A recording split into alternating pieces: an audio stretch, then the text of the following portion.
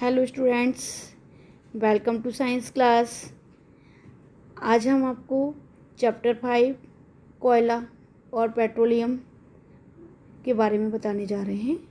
इसमें सबसे पहले मैं आपको बताऊंगी कि प्राकृतिक संसाधन यानी नेचुरल फाइबर क्या है।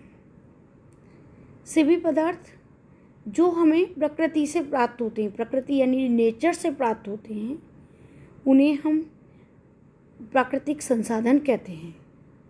जैसे वायु, जल और मिट्टी। ये पदार्थ कैसे हैं कि हमें प्रकृति ने दिए हैं, हम इन्हें उत्पन्न नहीं कर सकते।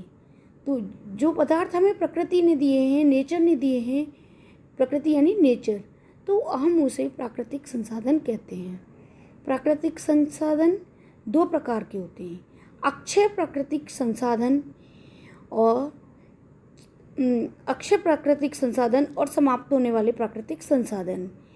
इन्हें इंग्लिश में इनएग्जॉस्टिबल अक्षय प्राकृतिक संसाधन को कहते हैं, इनएग्जॉस्टिबल नेचुरल रिसोर्सेज। सेकंड है समाप्त होने वाले प्राकृतिक संसाधन यानी एग्जॉस्टिबल रिसोर्सेज। अब आता है अक्षय प्राकृतिक संसाधन कौन से हैं।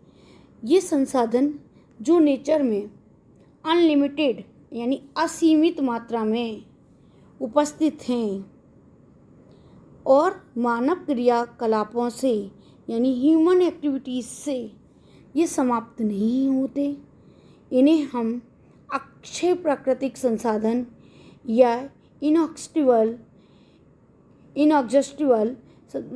नेचुरल रिसोर्सेज कहते हैं। स्टूडेंट्स, ये संसाधन हमारे मानव की क्रियाकलाप यानी ह्यूमन एक्टिविटीज़ से समाप्त नहीं होते। ये प्रकृति में कैसे कितनी मात्रा है इनकी, ये अनलिमिटेड हैं यानी असीमित मात्रा में हैं। जैसे सूर्य का प्रकाश है, सूर्य है, प्रकाश है, वायु है, तो ये क्या है, ये असीमित मात्रा में हैं। और जैसे आज मान लीजिए कि आज वायु नहीं चल रही तो कल चलेगी, इस तरीके से ये ख़त्म नहीं होते हमारे क्रियाकलापों से। और अब दूसरा आता है समाप्त होने वाले प्राकृतिक संसाधन। प्रकृति में इन स्रोतों की मात्रा सीमित है, ये मानवीय क्रियाकलापों द्वारा समाप्त हो जाते हैं, यानी नेचर में ये लिमिटेड मात्रा में है।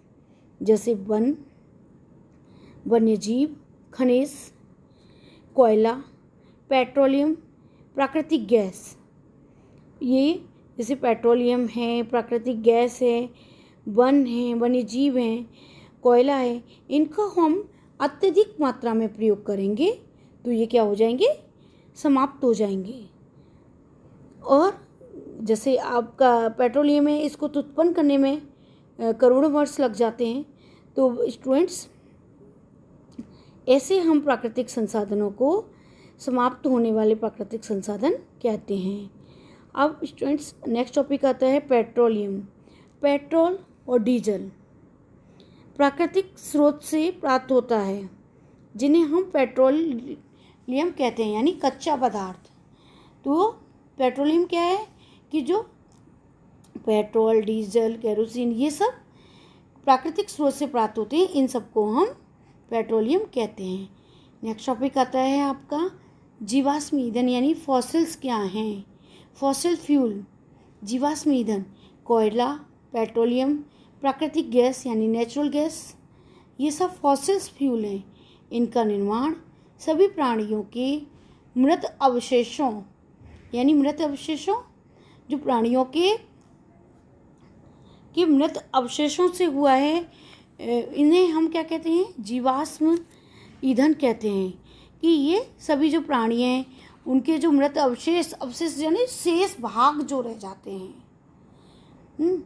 तो उनके जो भाग रह जाते हैं उनसे, उन्हें हम अवशेष कहते हैं। तो उनसे इनका क्या हुआ है, इनकी उत्पत्ति हुई है, इसीलिए स्टूडेंट्स हम इनको जीवाश्म ईंधन कहते हैं।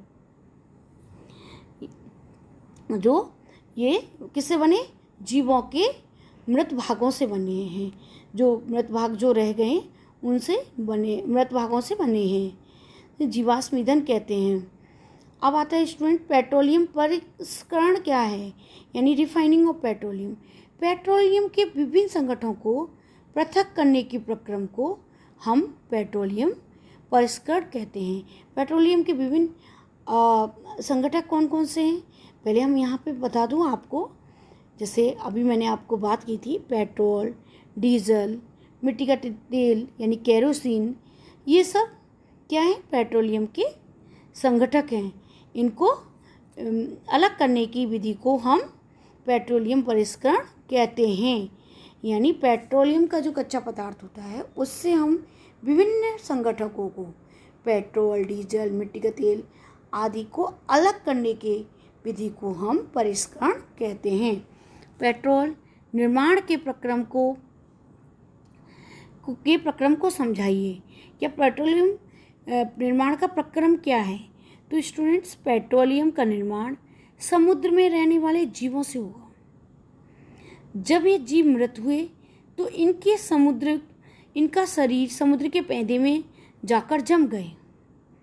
फिर इनके ऊपर क्या हुआ, रेत तथा मिट्टी की कई लेयर द्वारा ये ढक गए, तो कई तह से ढक गए, यानी तह यानी लेयर से ढक गए। लाखों वर्षों में वायु की अनुपस्थिति, उच्च ताप यानी high temperature and high pressure ने इन मृत जीवों को किस में परिवर्तित कर दिया, पेट्रोलियम और प्राकृतिक गैसों में परिवर्तित कर दिया।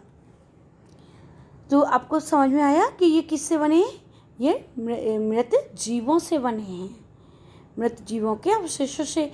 देखिए स्टूडेंट्स, दोबारा बता रही हूँ, पेट्रोलियम का निर्माण समुद्र में रहने वाले जीवों से हुआ। जब ये जीव मृत हुए तो इनका जो शरीर था, जब ये मृत हुए तो इनके जो शरीर था समुद्र के पैंदे में जाकर जम गए। फिर रेत की, मिट्टी की तह द्वारा ढक गए। लाखों वर्षों में ये वायु की अनुपस्थिति में उच्च ताप एवं दाब पर ये मृत जीव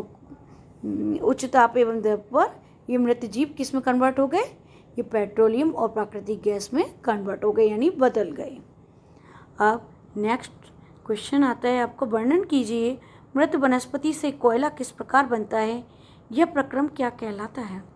लगभग 300 मिलियन वर्ष पूर्व पृथ्वी पर नीचे जलीय क्षेत्रों में घने वन थे।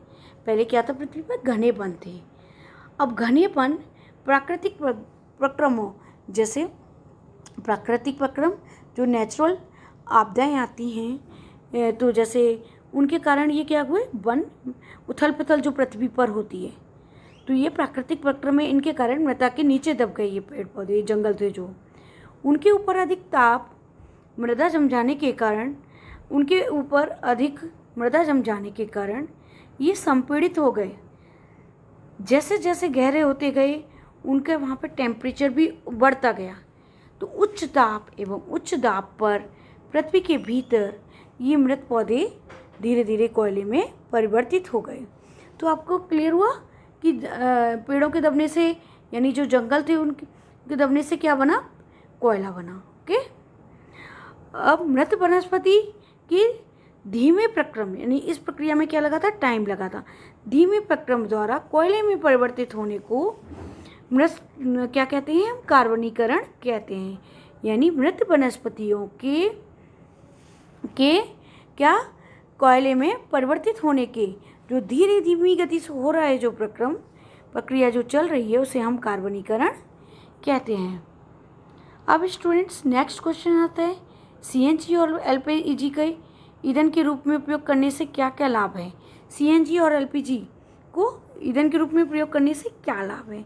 तो सीएनजी और एलपीजी को प्रयोग करने से निम्न लाभ है। एलपीजी और सीएनजी आसानी से एक तो हमें उपलब्ध हो जाती है और ये सस्ती भी होती है। ये ईंधन सस्ता होता है और आसानी से हमें मिल जाता है। एलपीजी और सीएनजी ईंधन का रखरखाव बहुत आसान है स्टूडेंट्स। इन्हें आसानी से हम स्टोर कर सकते हैं, घर में आसानी से हम कहीं भी रख सकते हैं आसानी से। आपने जैसे देखा होगा, एलपीजी सिलेंडर में रख दी, सिलेंडर में होती है, तो सिलेंडर थोड़ी सी स्पेस घेरता है, वहीं हम लकड़ी वकड़ी लेके आएंगे तो वो स्पेस ज़्यादा घेरेगी। इनको जलाने पर हमें इनको जलाने पर पॉल्यूशन नहीं होता है, यानी ये धुआं रहित ईंधन है। और इनको जलाने पर अधिक मात्रा में ऊष्मा उत्पन्न होती है, अर्थात इनसे काम करना भी आसान है। इन्हें पाइप द्वारा एक स्थान से दूसरे स्थान पर आसानी से ट्रांसफ़र किया जा सकता है। यानी इनको, जैसे आपने देखा सीएनजी पाइप द्वारा घरों में आ रही है, या सिलेंडर भी हम पाइप द्वारा एक स्थान से दूसरे स्थान पर एलपीजी को हम भेज सकते हैं। तो एलपीजी और सीएनजी को हम पाइप द्वारा एक स्थान से दूसरे स्थान पर भेज सकते हैं। तो यहाँ तक आपको ये टॉपिक क्लियर हो गया होगा।